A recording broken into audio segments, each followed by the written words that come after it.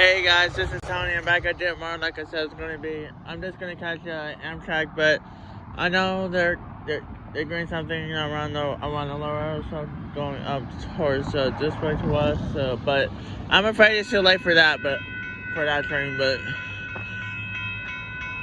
let's go see Amtrak and then we're done for tonight. But I'll be back in the morning for a little bit before I have some disc golf at 10 to 12 o'clock. But may say some stuff later on in the afternoon on Sunday just to give you guys a heads up. Here comes 63 on lane 21. Hello.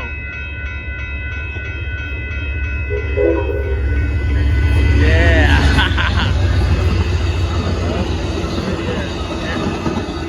And goodbye. There he goes. I like that horn. That was sweet. There, and there it goes. There goes Southbound Amtrak Texas Eagle 21 leading 63 plus a really nice horn show.